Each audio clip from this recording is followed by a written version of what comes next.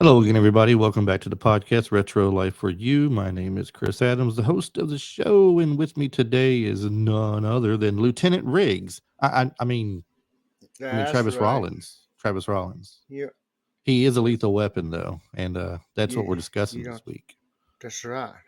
Well, you don't trust me at all, do you? We got to register you as a lethal weapon, don't we, man? Yeah. I mean, But well, see, what I do you? should have been. Huh? What are you trained in? I mean, is that like quack fu, duck fu, shing Yeah, quack shang? food. I Yeah, I mean, can. I know a little bit of quack food. I mean, I Uh-huh. used to tell everybody that I'm well trained in Taekwondo, Hmm. Aikido, and Yeah. Nintendo. Oh yeah. Yeah. Sometimes though, I I have picked up a little bit of Sega with that too. In the Nintendo, I get the Contra style going on, along with Mm-hmm. a little Mario stance. So, Well, Mario stance. That's good stuff. That's good it's stuff. dangerous. It's a killer. I mean, I try not to, you know, get too crazy with it, but I've been known to Yeah. smash a few mushrooms and stuff. You have to let people know that your hands are registered lethal weapons. That's right. That's right. People just don't know. But yeah, we are talking Lethal Weapon this week. 1987 film directed by Richard Donner, writers of Oh Shane yeah. Black and Jeffrey Boam. Now, Shane Black, do you recognize that name? No. You will in just a minute. I got to tell you, this is cool.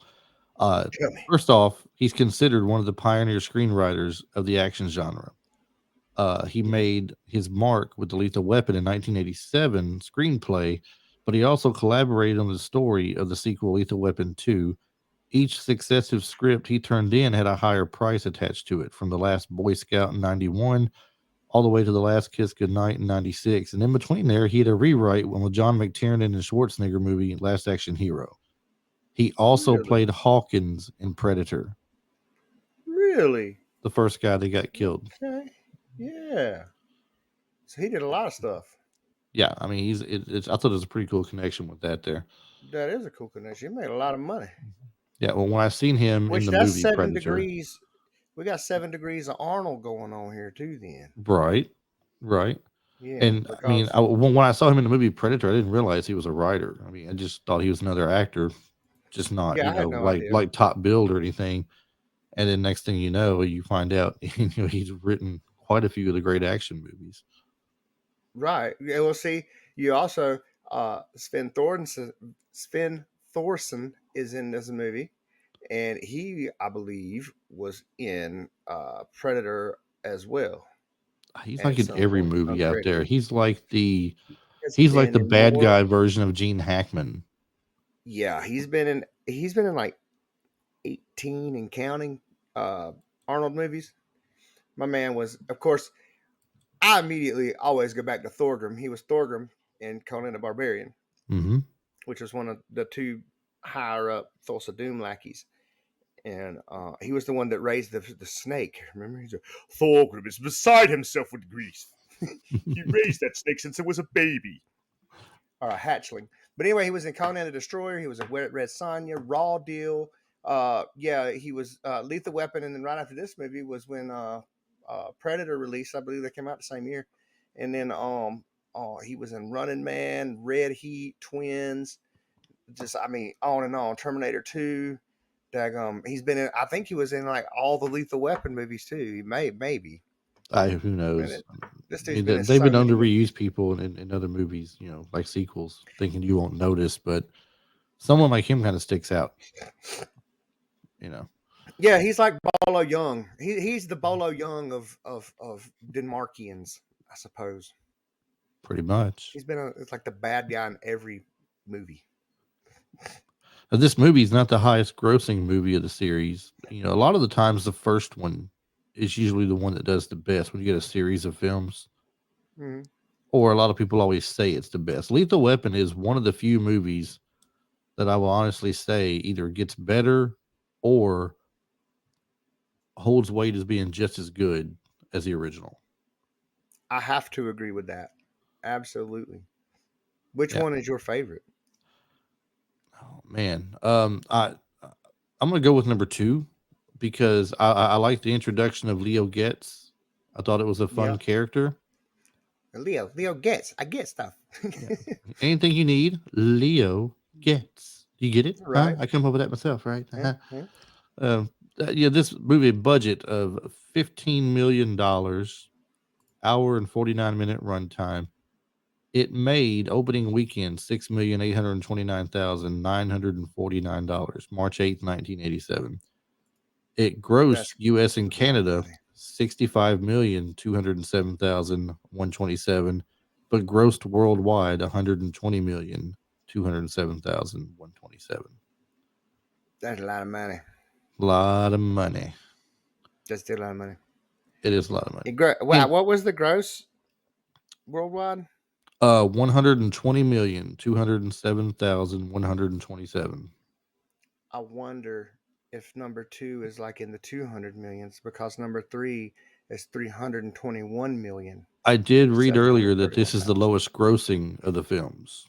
Right. I did read that. So it is the lowest grossing. The others all did better. I don't know how much more Lethal Weapon 2 made, though, That off the top of that my would head. be. I'm gonna have to look that up before the end of the show because that would be pretty cool.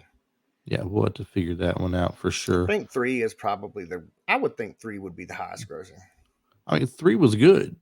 I mean, it was, no out of doubt. the But three. I just, to me, 2 was a good story. It was a fun story and a lot of good Mm-hmm. action. It gives you some background to Riggs that you learn Right. about in the first movie, but don't really get a background of. And the Mm-hmm. second one kind of explores that background of him. Right. Right. Understand it. So it's kind of cool. I understand that. I can. Yeah, I can. I can respect that. yeah. I mean, they did a great job with the series. Period. And it's a it's a popular series. I mean, they went to 4 movies, with the fourth one Right. having and they always bring in new stars. So in the fourth one, well, let's go to the third one for a second. We're just gonna barely touch on these for a moment. Like in the second one, they brought in, The second one did make um, 227 million, so it did go it one, two, and did. three, and the four dropped back down to 280 million. Well, that's because I mean, I think it was kind of worn out by that point, and that makes me I wonder. agree, It, even it, though I it did makes me love wonder the why they're doing introduction. a fifth. Why are they doing a Yeah, fifth here soon? I did love the introduction of Jet Li, but other than that, Yeah, but I mean, see, and then that's what I was getting at a moment ago. That when you go to episode, well, not episode, but you go the second installment of the series. All right, hmm they bring in the character Leo Getz, right? So you get right, Joe Pesci being brought in, and the third one, they bring in Renee Russo. hmm All right, she's a new part of the quote unquote family, right? right, Um, Leo Getz is still in there as a part of it. She plays the character hmm Lorna. She's in Internal Affairs, or as Riggs refers to her, Infernal Repairs. And internal repairs. right. And then the fourth one, you bring in uh, Chris Rock. Chris Rock, yep, Uh, Butters, he keeps calling him. I think it is. But then they bring Jet Li in as well. So I mean, they introduce somebody new and big at each one, right? A new part of right, the family, a new character, somebody that's gonna be reoccurring, except for Jet Li, who was the bad guy in the fourth one.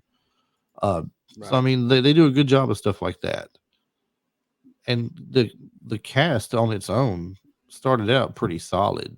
I mean, as far as the immediate, quote unquote again, family of people Oh my goes. gosh, yeah, Gibson, Glover, and then the bad guy. But see, that's what I love about the first one too. I thought Gary Busey's hard to beat as a bad guy in Oh, that Gary one. Busey was great. Gary Busey um, said this movie was like a savior for his career. That it Yeah. boosted him back up again, Oh heck yeah. revitalized his career or something like that. Right. And then we So, also had someone who is responsible for one of the most prolific and I guess famous music frontmen of all time that you were just informing me about before the show started. oh yeah, Akitas. Akitas. Ketis. Well, there's One a of those guy Ketuses. in the first of the movie when Riggs is at the Christmas tree lot. He's there to be a part of a drug deal. He's there to score some Mm-hmm. drugs. They're using Mm-hmm. the Christmas tree lot as a cover, and one of the guys that is trying to sell him the stuff is actually a father to a famous front man of a famous band. Uh, so the guy's screen name in the movie, he's just listed as drug dealer number 3, but listed Right. as Blackie Dammit, or it may even be Dammit. I'm not sure. Dammett is how the last name is spelled. Right. His real last name is Kiedis, and that's the father of Anthony Kiedis from Red Hot Chili Peppers. And funny enough, Anthony Kiedis has a small role part in Point Break as well. So kind of following in the Right. footsteps of his father, I guess you could say, getting some bit parts in some movies as well as whatever Yeah. else he wants to do. So I thought that was pretty cool too. yeah, And we yeah. also have another. I guess she would have been very young at the time. We have an Estevez. We have one of the Sheen babies, Renee Estevez, played an underage hooker that was uncredited. Martin Now Sheen's daughter. is it really? I didn't know Yeah, that yeah, it one. really is. It's her. She's the youngest child and only daughter of Janet Sheen and Martin Sheen. Is she one of the ones on the screen where they're going to see about Trixie?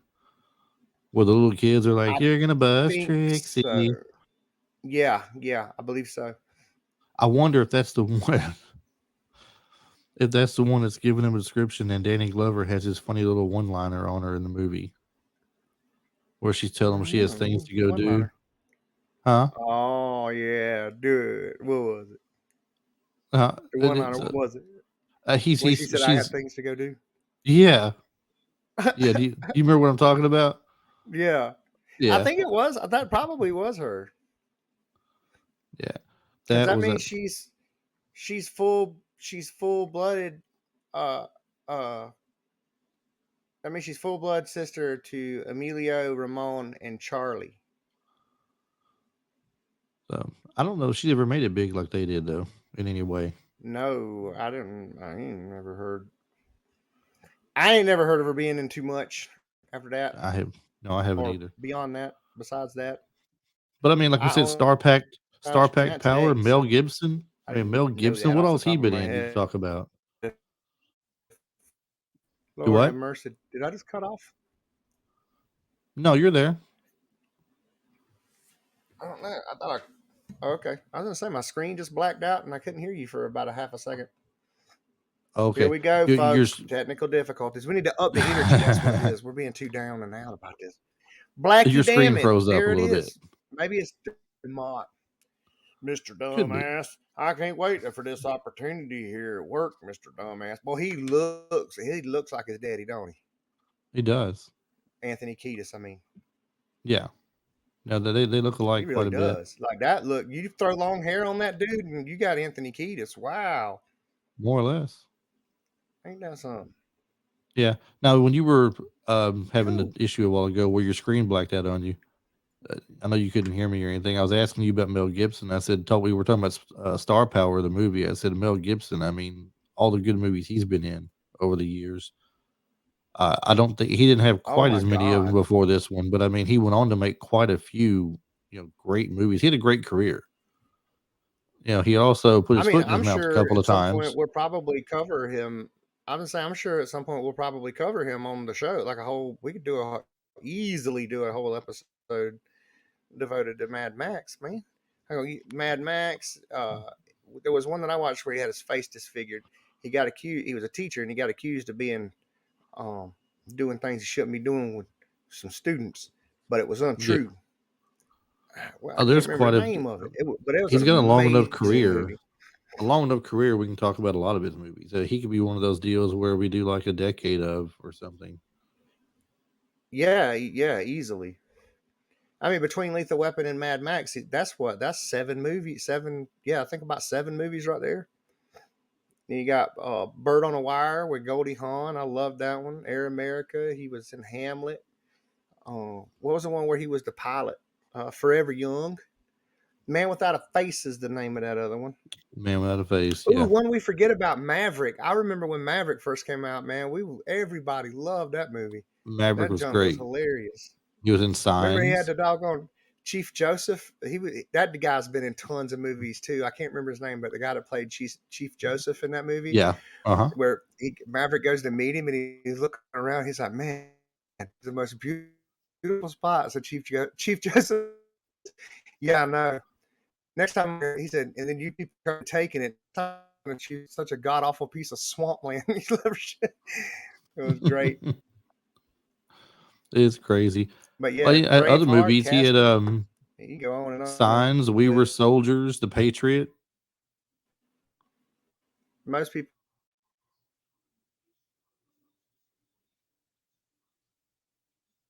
Can you hear me?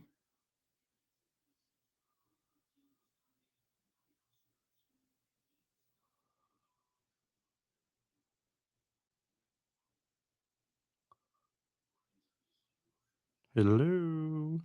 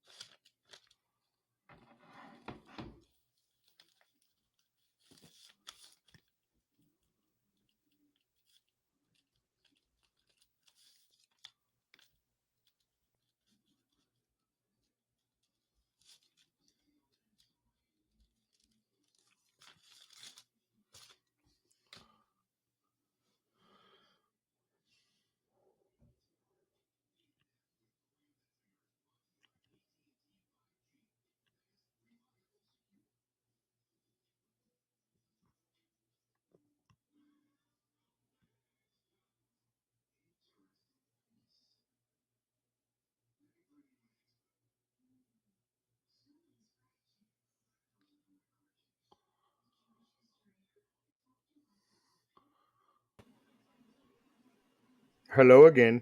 There you are again. How about What that? what happened that time? Change my name. Unreliable internet.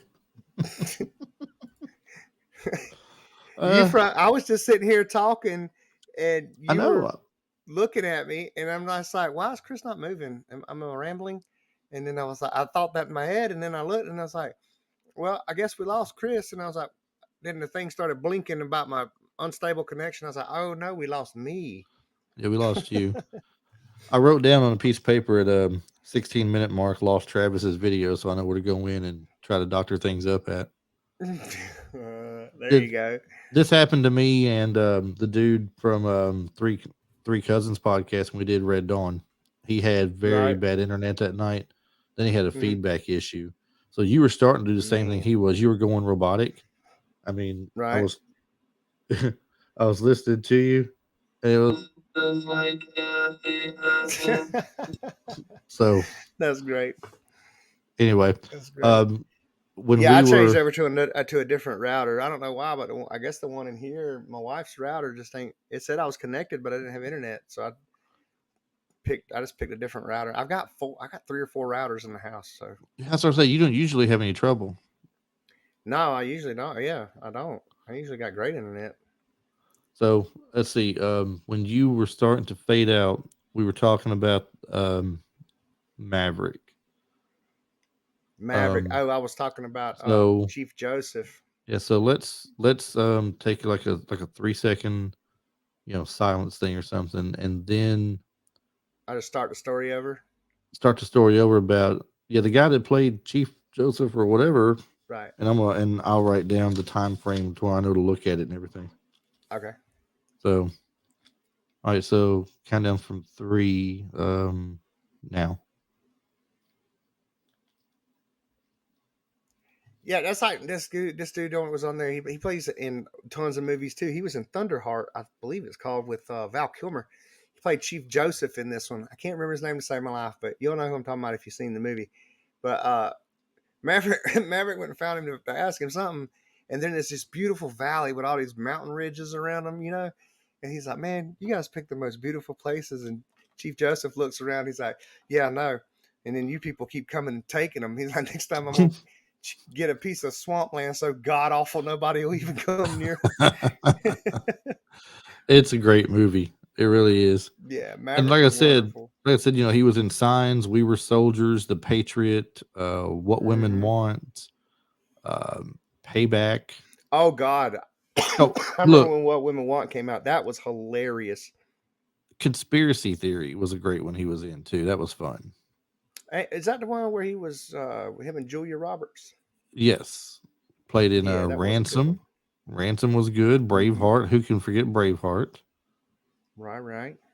So I mean, so many great movies he was in for sure. I mean, And honestly, I know he got in trouble from that little drunk episode he did when he did Passion of Christ. But I mean, I don't know if you've seen Apocalypto or Hacksaw Ridge, but both of those movies were great. And come to find out, as I'm looking at this, he actually directed A Man Without a Face that I was just talking about, which is a spectacular story. yeah. Uh, he's supposed to direct the Lethal Weapon 5 when it comes out as well. I read earlier. Right. Yeah. And it's in pre production, I believe. Of course, you mentioned Passion of the Christ. He did that. He's also got the follow up of it, the Resurrection. He's also directing.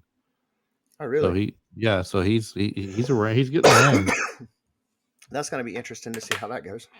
Yeah, Danny Glover. I mean, he's not someone to be forgotten about. Silverado, The Color Purple, Lethal Weapon, Hmm. Mandela, Bat 21, Lonesome Dove, Dead Man Out. Of course, the other Lethal Weapons as well. Yeah. Danny did all kinds of stuff. Predator 2.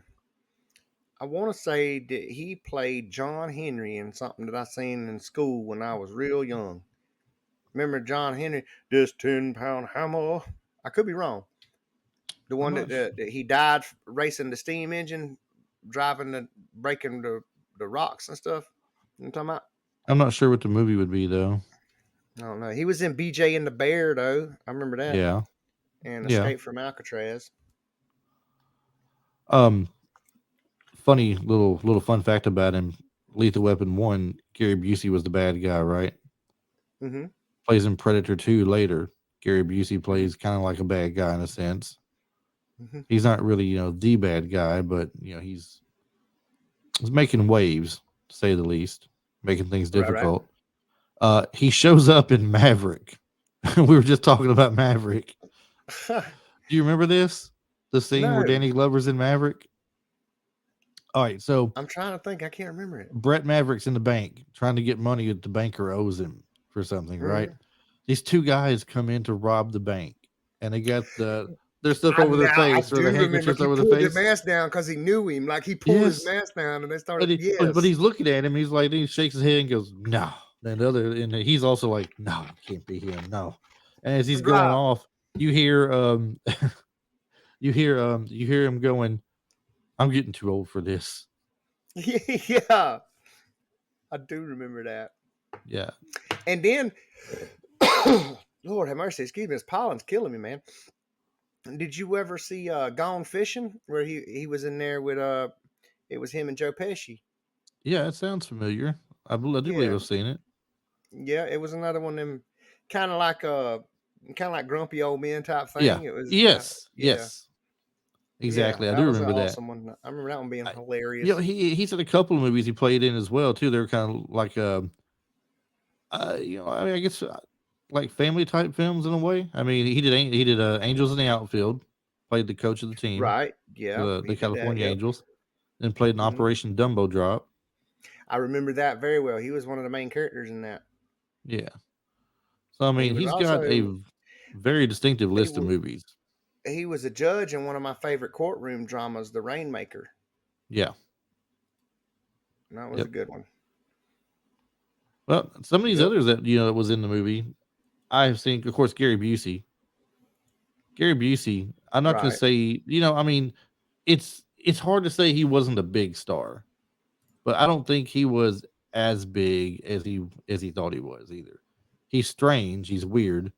I mean, at Right. one point he was quoted saying, "Well, I don't remember the exact quote, but he said something along the lines of that he thought it was healthy for his feet or something like that that he peed in the shower and stood and stood in there." I don't know why he said this, but I swear to you, as sure as I'm sitting here right now, he mentioned something about peeing in the shower and how good it was for you and your feet. Yeah, on his feet. Yeah, yeah, he was big on that because it helps with athletes' feet. Is it That's a real thing though. is that what it was? It's No, such a yeah, funny thing, that's a real scientific thing. Like but people, it's such a funny there's thing for somebody to say. I mean, come on. And then he yeah, was no he doubt. was in Point Break playing Keanu Reeves' partner, Right. Well, see, Under Siege as Commander Krill. he he was in a bunch of stuff back in the 70s though. See, so I can see why this would have revitalized his career though. You know what I mean? Yeah, Because uh, was it the third Magnificent Seven movie, Magnificent Seven Ride, um, which nothing touches the first one. He right. was in the Kung Fu TV series, The Last American Hero. And he was in a Clint movie. I don't remember which one it was, but he was in Thunderbolt and that. Lightfoot. There you go. I guess. Well, He was he's in Buddy in Thunderbolt and the. I Lightfoot. remember him as Buddy. The youngest I can remember seeing him was Buddy, and he was Buddy Holly in the Buddy Holly Right, story. right. That's the youngest I can remember seeing him. Now that was 2 years before I was born, but I watched a lot of stuff. I've been watching movies all my life, so I guess Thunderbolt and Lightfoot's the earliest one I've seen him in. yeah. So, but So yeah, he I was in mean, the yeah, Buddy Holly he was story in for it. sure. He was in Barbarossa, Mm-hmm. DC Cab. Barbarossa, that was a pirate movie, wasn't it? Have you ever seen DC Cab? It's got Mr. It T in it. sounds familiar. DC Cab. Yes, it's from 1983. It has Mr. T in it. This is when he was big with the A Team and everything. Right. So I don't think it I've was, ever seen that one. it was If I I believe have, it, I was young. I probably it's kind have of a seen it because comedy. I loved Mr. T. Remember, he was. We were big on wrestling too. You know, we're in the NWA area over here, and so we didn't get to see him a lot in person. But Right. I remember when he was doing the wrestling thing with WWF or WWE, For the first and WrestleMania yeah, and the yeah. second So one. we were big on Mr. T and then Rocky and all that stuff. You know. Yeah. Yeah. And then let's see what else we got here for Gary Busey. Let's give him his credit here. He got Uncle Fred. I'm sorry, Uncle Red and Silver Bullet. Mm-hmm. Movie called Let's Get He was in Harry, which was good. Have you seen Point Eye of the Break. Tiger? I probably. Eye of the Tiger's from '86. I remember seeing it. So it went. I don't know if it made it to the movies or just straight to VHS or something. But I remember watching this. He's like a ex-con getting out of jail, going back to his hometown or something. He's a little girl. Some drug dealers are I trying to have take over the seen that. I town, and have seen that. he's got this It's kind of super like a nice walking truck. tall type thing. Kind of like, yeah, but it's just this super nice truck in it. It's really cool Hmm. that he ends Heck up yeah, using. So, I have seen this. and then of course we go further up. We got Lethal Weapon, Bulletproof, Active Piracy, Hmm. Predator 2, Point Break. Gosh, The Firm, Under Siege. Of course, he was Commander Krill in Under Siege. yeah, I believe we that's one I talked about mentioned that earlier, Commander not too Krill. long ago. We pulled his.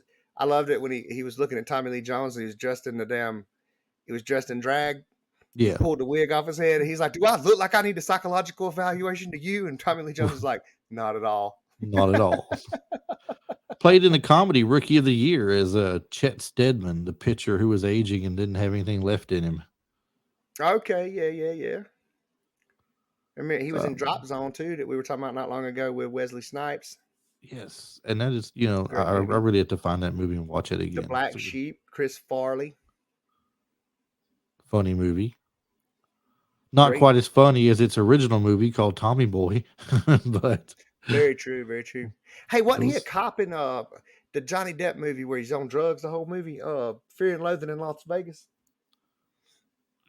I don't remember if he was or So he was a not. cop in there. I'm sure of it. I know that's one of my favorite movies. It's not one of my favorite movies, but I've watched it a Yes, he lot. was. That's his highway patrolman listed is his role, Yeah. Fear and Loathing in Las Vegas, It's people. Universal It's Soldier funny because it's 2. people like him that when you see him, he may not be as big of a star as what he thinks or what even some of us think of him as because he's not been in a whole ton of lead positions or things like that. But he's one of those that is so quirky and out there. Yeah, And honest to God, I think he's a pretty great actor too. Um, that as soon as you see him in a movie, it's just like ooh, you know what I mean? yeah. Like I know him. Uh, some of the others in here, I mean, I can't say the rest of them had a lot of, in my opinion anyway. I don't recognize them from a lot of other stuff that they had, Right. stellar careers.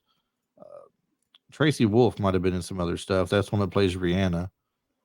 Well, Um, Mitchell Ryan, I think probably. Mitchell Ryan was in some stuff for sure. The one that plays the general, he was in some things. Yeah, yeah. He was I, in. I I know He his was in face. Judge He's one of those Dredd. guys you just mentioned. I know his face. I've seen him in things. I can't think of a title, but if I see him, I'll point him out Right. and I know him.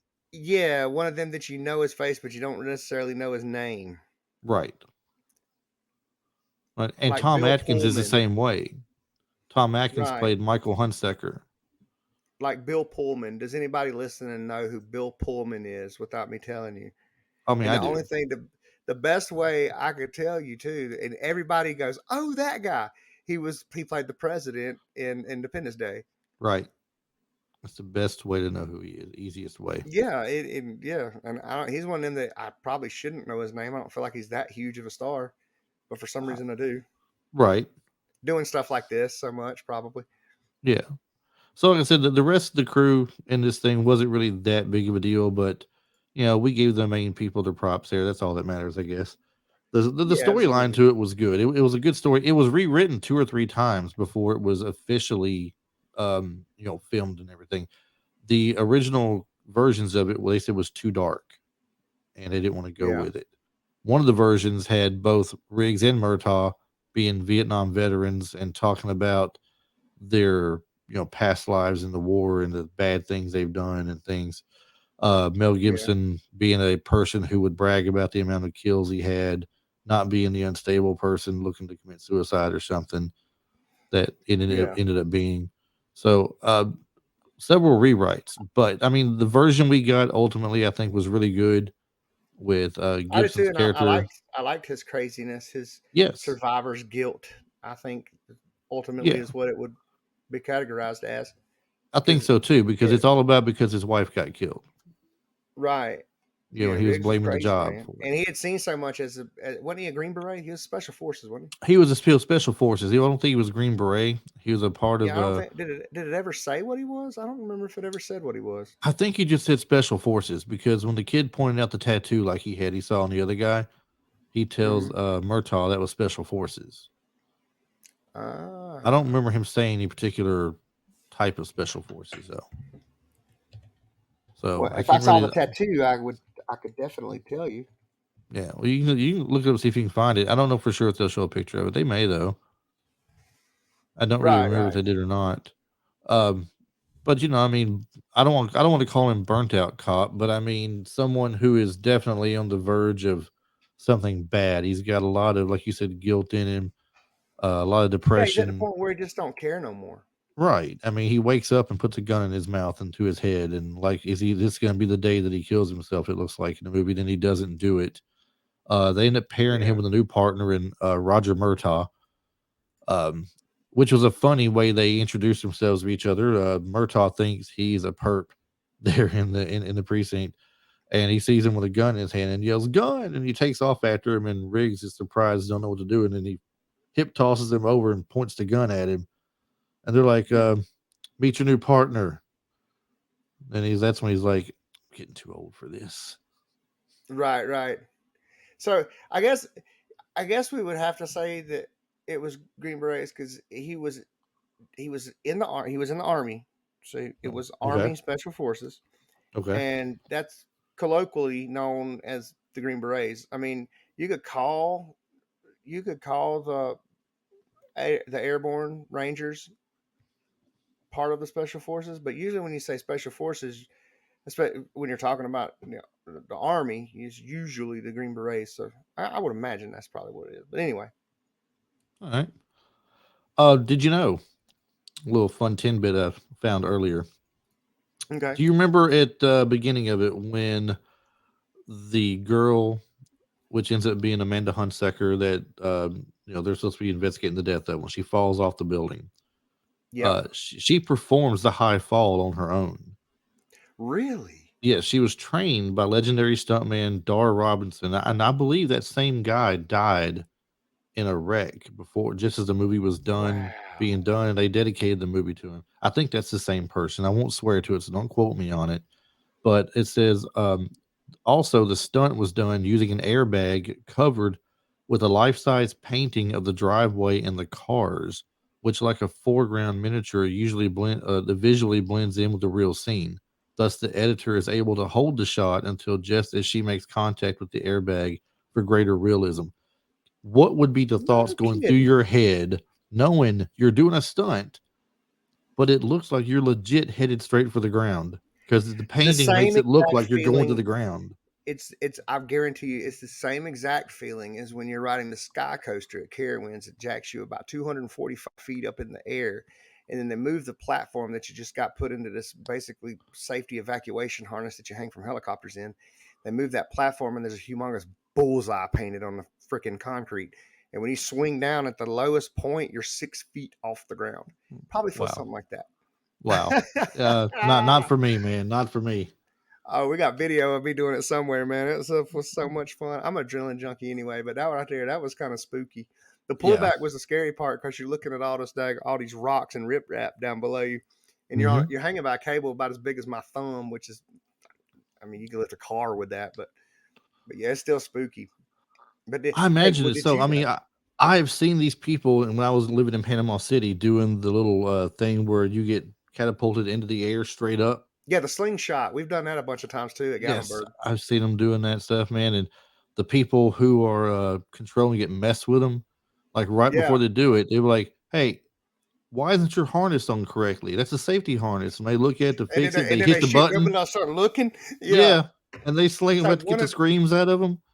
the fourth time that I went to the Sky Coaster, um, one of the people that work there told me what they have done in the past during the testing because they got to Yeah. test the rides every morning, and I was like, well, I get kicked out if I do that to if I know the people that I'm with. And he's like, I mean, if it was an accident and you freaked out, I don't guess you would. And I was like, gotcha. So halfway up, one of the people I didn't know, but the person that was in the middle, my buddy Jay. Uh, so halfway up, I pulled the rip. So I pulled the ripcord all the time. So you're supposed to get up to the top, and you said, "Do you hear the speakers go 3, 2, 1, fly?" And you yank the ripcord, and it unlocks you and lets you swing. Well, Uh-huh. halfway up, I get to talking about this stuff. I was like, "Man, what would happen if like this cable just broke, dude?" And they're like, "Yeah, they got a safety cable though hooked to us to keep us from that." I was like, they were trying to talk their way down, and I'm like, "Yeah, man, that just freaked me out though." So like in the middle of the conversation, I yanked it, and they just start. Oh my god, dude! I thought they were gonna pee themselves, man. It was that Jay was like, is "Ah, ah!" that is so mean. Heck yeah! I was like, Man. I got caught on my bracelet or something. I forgot what I told them. But Oops. did you know that the director's cut is not actually a director's cut, but it's a promotion by Warner Brothers that features 7 additional minutes and a new trailer scene. Really? Yeah, so it's That's got nothing to interesting. do with a director's cut. It was just a marketing ploy. So, well, like extra scenes that wasn't included in the original added into it. Yeah, it's in a new trailer scene. Riggs smashes his TV with a beer bottle, and later he buys a new one. Murtaugh, before partnering with Riggs, goes to practice at the firing range. Riggs, before a dope shootout, answers a call in a schoolyard with a sniper, and then Riggs walks out into the line of fire and kills the sniper, emptying his clip into him. Riggs, after leaving Murtaugh's house, goes out to solicit a prostitute. The aftermath is not shown, but Riggs says he wants to take her home and watch the Three Stooges with him, and he'll give her $100. Yeah, yeah, yeah. That is pretty funny. That's That is crazy. pretty good. I wish I'd found that one. I have not seen that one Right. anywhere. That would be a good one. That's crazy. Mel Gibson turned down 2 movies also to be in this movie. He Really? turned down the starring role in The Fly, and he also turned Oh, down the starring role of Untouchables. I think he could have pulled Untouchables off for sure, but I think I like this. We're talking about the Jeff, uh, man. Yes. Jeff Goldblum. Would you? Yeah. Yeah, the Jeff Goldblum version. I like Jeff in that role. There was something too. There's two things that tie together here. Two little tidbits that tie Okay. together.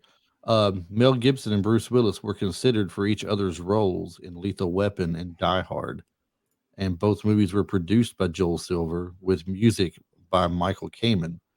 Willis was offered the role of Martin Riggs but turned it down, and a year later did Die Hard. And Gibson was considered to play McClane along with his co-stars from The Expendables 3, Harrison Ford, Sylvester Stallone, and Arnold Schwarzenegger. But they all turned it down. Coincidentally, the Wow. script for Die Hard with a Vengeance was briefly considered to be filmed as a Lethal Weapon sequel, but they didn't do it. The other little tidbit that goes along with that, the gun Hmm. that Mel Gibson uses in the movie is Yeah. also the same prop gun that Bruce Willis uses in Die Hard. No way. The one Yeah, taped to his same back. same gun. That's awesome. Speaking of his gun, did you one of the goofs in the movie too is Riggs is always talking about talking about a hollow point when he's Right? talking about killing stuff. I took the hollow points. Well, both times that they showed that he was using the FMJ. There wasn't no hollow points. He never put a hollow point in his weapon. I thought that was a Crazy good one. goof. And then at the beginning, when another one is at the beginning of it, when I guess it's Murtaugh's daughter Yeah. is coming down the stairs in the New Year's Eve dress, and she said, "Don't you like it? Isn't it cool?" But her lips don't move. So they It's hired like a they dub. hired a They ventriloquist. I dubbed mean, it. Yeah, that's great. I mean, that's great. or would that make her the dummy? Because no, her lips didn't move. She'd be the ventriloquist. It should be the ventriloquist. Yeah. That's right. That's awesome. Did you have any Heck yeah. anything about the movie that's a favorite scene of yours, or something you didn't like about it? Um, off the top of my head, it was one of those things to me that kind of harkens back to what we were talking about in the Commando, the end fight scene. Hmm. That I didn't feel like Gary Busey could have whipped Mel Gibson. I don't feel like what's his name could have whipped Riggs because he's like, you want a shot at the title, Joshua. I don't think Joshua could have took Riggs on. I think Riggs would have whooped him hands See, down. But he was a that's member funny of you his say that old though. crew. Yep, it is funny. It's funny you say that though, Yeah, because they brought in Gary Busey because they felt he was someone that looked like he could match up because with he was Mel bigger, I Gibson. guess maybe. Probably. I mean, that's probably what it was, but that's the reason why they That and brought him in. the crazies. You know what I mean? They try to out crazy one another. Yeah. Did you know they both were kind of trained for the movie in three different styles of fighting? That's crazy. The So fight scene was great. Yeah, when they started going at it, like Busey was like it looked good.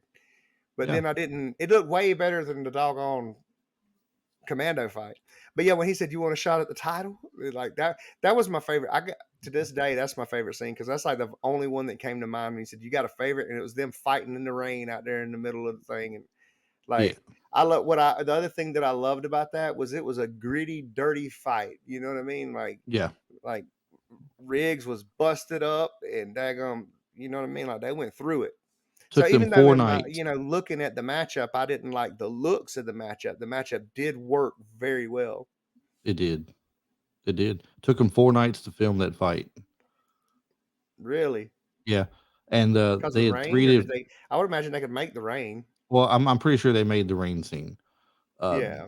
They had three different trainers come in to bring them the different styles. They had one for capoeira. They had Hmm. one for something called jailhouse rock, which is obviously a prison Awesome. form of fighting. And then they Right. had one of the Gracie people, one of the Gracie family, come in and show them Brazilian Brazilian Jiu jiu jitsu. Jitsu. It's funny to me that okay, so they don't teach this style anymore because it's I don't know why. I'm not going to sit here and say anything because I don't know for sure. But I do know that the U.S. military used to teach Shotokan. Shotokan was one of the disciplines that special forces learned, and it's surprising to me that they didn't showcase any of that because he would have been in the Riggs would have been in the military the same around the same time frame that my dad was, which was the last maybe well that's been still going on, but I guess you would say officially the last probably 3 to 5 years of the uh, of the Vietnam conflict, Hmm. the police action. So I know during that time they were teaching Shotokan. Well, we mentioned earlier, uh, different people being considered for roles in the movie, right? So in the movie, Right? as far as well, there's something else to bring up first, though. Actually, did you know that they were playing characters much older than what they were? Like Danny Really, it's Glover's usually the other way character, around. They play characters it much younger than what they yeah, are. usually, but I mean, Danny Glover's character, Roger Murtaugh, is 50 years old in the movie, but Glover was Mm, only 40 in 1986. Mel Gibson was only 30 when the movie was filmed, although his character is supposed to be 38. And Murtaugh, well, Danny Glover is only mhm. 14 years older than his oldest daughter in the movie. Really? Yes. So I mean, it's kind of crazy for that. But talking about What? people who were considered for the roles in the movie, Gary Busey's role, Mr. Joshua, John Saxon was the first choice for the role, but he was busy Really? shooting A Nightmare on Elm Street 3: Dream Warriors. He couldn't take it. Say what now? Repeat that. John Saxon, he was in Enter the Dragon, Elm Street, a few other Right. things. He was considered, well, he was the first choice for the role of Mr. Joshua, but Oh, he had to turn it down because he was busy shooting A Nightmare on Elm Street 3: The Dream Warriors. really? Yeah, Was he training for the people for, or was he in it? in it. He Who was was he supposed to be in it? Mr. Joshua, Oh. not Gary Busey. No, I mean, what was he in Nightmare? He was Nancy's father, the cop. Oh, really? Yeah, he was Okay. in the original Elm Street movie. Her father was John Saxon. In the third movie, Mhm.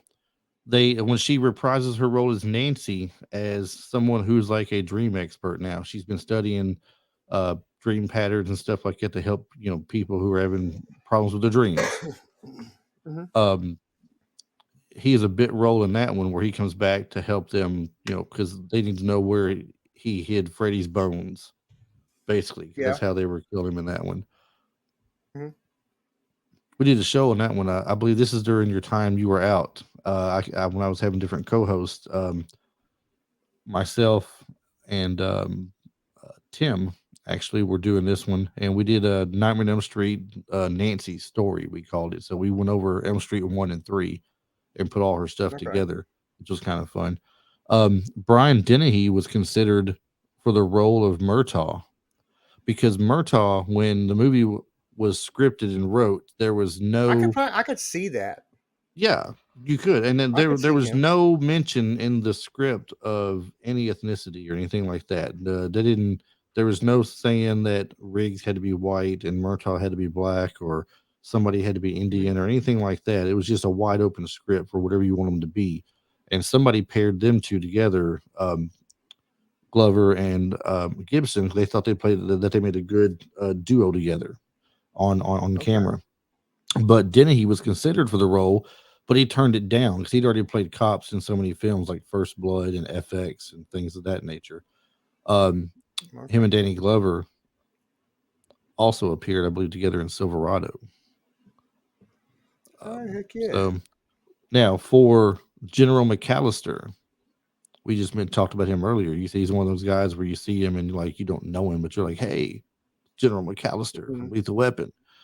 Um, Lee Marvin, Bruce Dern, Richard Jordan, James Earl Jones, Peter Boyle, and Robert Duvall were all considered for the role of General McAllister. Oh, wow. I could see Robert majority of them. Duvall. Yeah, Robert Yeah, I could Duvall, totally. Lee Marvin. I mean, Bruce Dern, who I know him a lot for more like a lot of westerns and stuff. Really, he was also in one of my. I don't want to say it's a fate. Well, it was a good movie I liked in the '90s called Digstown. He was in that. Played a Heck really yeah. good role in it. That sounds familiar. I feel like I've seen that. I have been looking. That's why I've been kind of off to the side here. I have been looking for Shotokan and why it was taken out of the military, the U.S. Yeah, military. yeah. And now I know good and well it was taught. I know good and well it was taught, but I don't even see I don't see anywhere it was mentioned, and I don't see it doesn't where it mentions even what disciplines are taught to the Green Berets. Period. It could be It something just they don't want mentions known. martial arts. It might be. It might be. I might be privy to some information there. It's funny, going through YouTube videos a lot. And they get the ads at the beginning of it or break off an ad into the middle of a clip you're watching or something.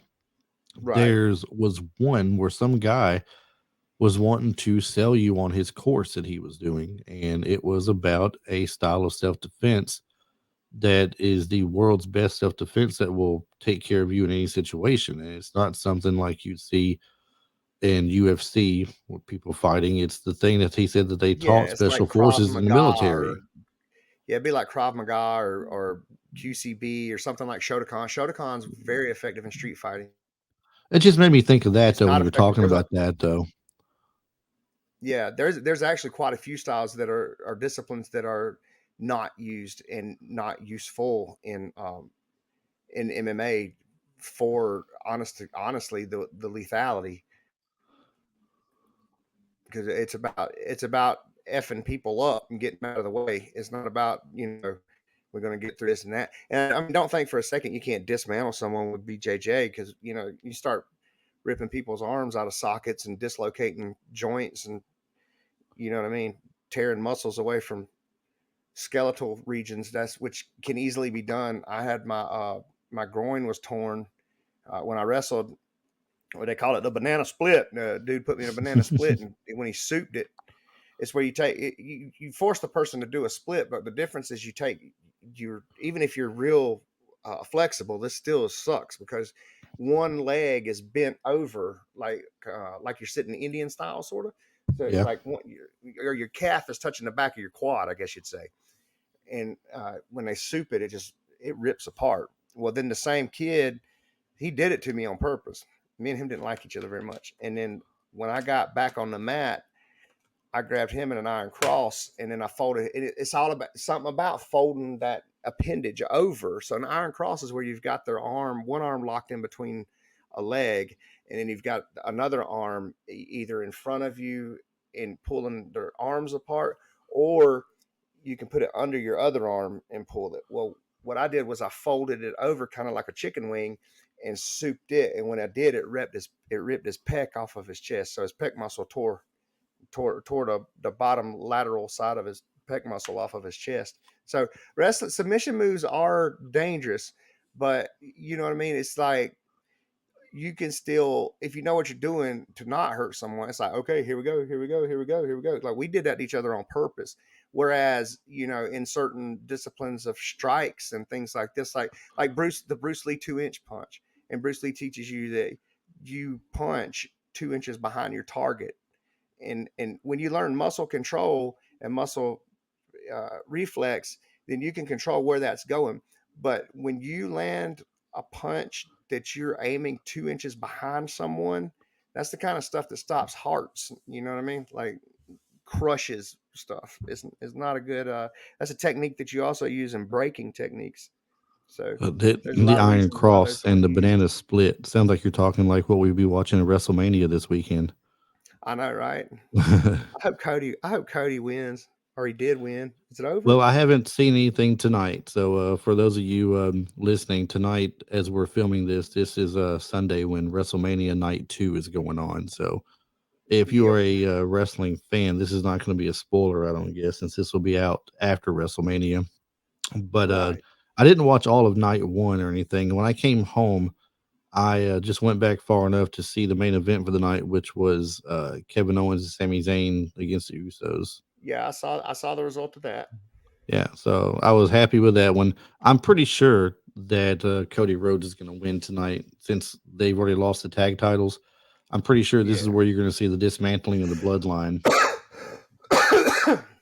It could go that way, or it could go that Roman retains it, because you know how they push Roman. I hate Well, how they push Roman.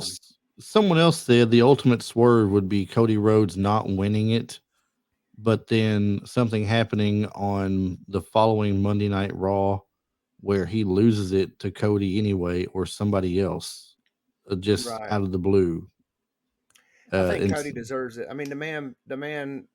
I ain't gonna say single handedly because it wasn't, but the man was pretty heavily responsible for building a company that was knocking on Vince's door. You know, oh, AEW was getting I mean, they're huge. still knocking on Vince's door, but I mean, Yeah, they're they're never going to be a real threat because of how long WWE's been in business and the fan base that right. they've built.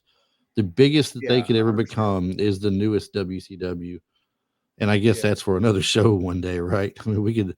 Me and Ray talked about yeah, we're this getting off track again. when Ray Franklin was on here one night, and we talked about this a lot, and about the episode where we talked about how pay per views changed wrestling.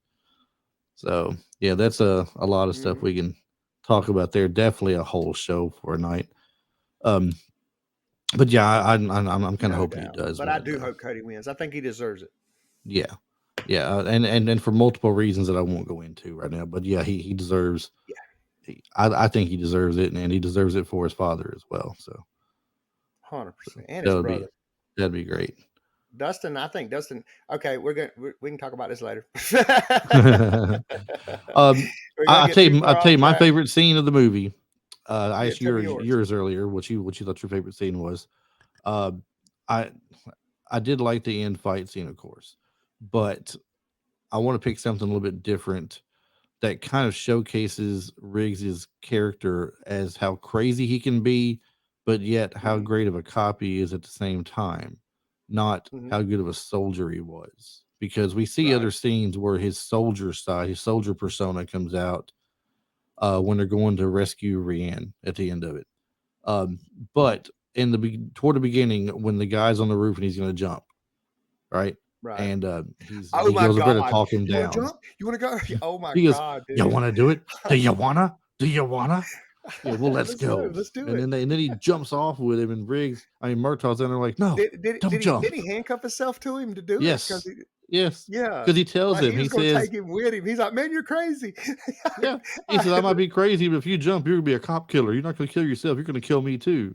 You know, Yeah, I'll do it. I'll do it. And then he snatches him up. And he goes, "Do you really? Do you wanna? Let's do yeah, it." It was that is a great. good one. And that's like a scene that I like for pretty cool. I thought. Um, as far as anything I didn't like about it, really, I mean, I can't say there's anything I truly hated about it. I mean, I thought the story was great. I thought the cast was good. They had Right. a good casting of people playing Murtaugh's family that was supporting cast members in the movie.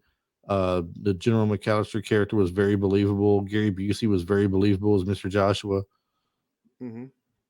I have no I gripes got about it, something I didn't like about honestly. it. What's that? I got something I didn't like about it.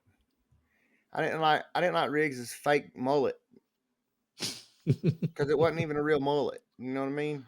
Yeah. It was like I didn't like his hair. Well, what do you and I know about mullets? I mean, if hair grew long on us, they'd call it a We skullet. got reverse mullets. Yeah, we got smullets. That's what they call. That's what they call Hulk Hogan's hair, a skullet, because he got no hair on top and long in Yeah, the back. skullet. The party in the front faded away. That's right. There's uh, business in the front, party in the oh, back. that's right. I got it backwards. All right. Well, as you can tell, I've never had a mullet. I guess so. There's that. Yeah, that you're exhibit A. Yeah, it's all good. Well, I guess we're going to go ahead and start wrapping this thing up here. We've pretty much talked about everything we can for the movie, and we're starting to get really off track with other things. So we'll go ahead and start wrapping this up. I just want to make a couple of quick announcements again. I mean, this week there are some things that have changed with the podcast. We have a website now. It's spelled a little bit differently than I spelled this, Retro Life for you. I got the number forward and YOU for the title of the podcast. The website, however, is retro life the number 4 in the letter u.com. I know it's might be a little bit confusing. Hopefully people, you know, get the hang of that quick. But we do have a website there. You can play the podcast straight from the website. The new releases, the archives, anything you want to play there, it's all available. Um, check it out. At the top of the page, there is a thing you can click on that says Pod Chaser, and it's got 5 stars there, 4 or 5 stars, one of the two. Uh, click on it, and it gives you the opportunity to give us a rating straight from the website. There, you don't have to go anywhere else. You just click on it and put what you want, how many stars you want to give us. 5 stars, and it gives us a rating on Podchaser. So when you go to Podchaser, you can see on there other podcasts that are there, and you can see how people have ranked them and what they thought of them. Check us out on Instagram, same handle, Retro Life for You, and Facebook as well. And I got more things coming out for TikTok, little small videos just for fun. Here soon, there's a place I've mentioned before called Buy Me a Coffee. I'm going to use it for like a blog site for the podcast, but also I want to put extra material on there. So we've been talking, Travis and I have, about extra content for the podcast, and the regular podcast we're doing now, the audio is going to remain the same, 80s and 90s movies for the most part, and we'll sprinkle in little 70s and 2000s when we're feeling giddy. You never know. Right. But Heck yeah. extra content, Travis, music, TV shows, Mm-hmm. toys, Toys. collectibles, the fun stuff. The fun We're gonna stuff. have a lot of extra content, some things on YouTube, some things on Buy Me a Coffee. Buy Me a Coffee, some things will be free on there. Some of it's gonna be like membership stuff. So I mean, and the membership starts anywhere from it gives you options: $1, $2, $3, $4, $5, anything in that range. Doesn't matter what you pick, and it makes you a member on there. If I read this correctly, if I'm wrong, I apologize, but I'll double check into it. But I'm pretty sure that's how I understand it. So there's going to be some extra things in there that you won't get on audio here, of course, or on YouTube. So it might be something you might like. Give it a little while so we get some stuff up there and then check it out. And if you want to go support the podcast and help us out with some things, you can go there and just become a member now and get whatever blogging and things that I get put up there for the time being, anywhere from $1 to $5. And I believe it's reoccurring each month. So just keep that in mind. So for the cost of a soft drink and a bag of chips, one day you can support a podcaster I at would Retro say Life for less. You. I would say For less. Have you less seen for inflation? less than a soft drink and a bag of chips, for less than that, Less. you Less can than. support us. Yes, you Travis. support us because we're partners. We're Yes. partners. What happens to Yes. you happens to me. That's right. You know what I'm Uh, saying? You know what one so shepherd said to the other shepherd? well, I was gonna ask you if you had any parting words for us. Yeah, I was going to let you know what one shepherd said to the other shepherd. What Let's one get the flock shepherd out of said here. to the other shepherd? What did one shepherd Yeah, say to the other shepherd? just let's get the flock out of here.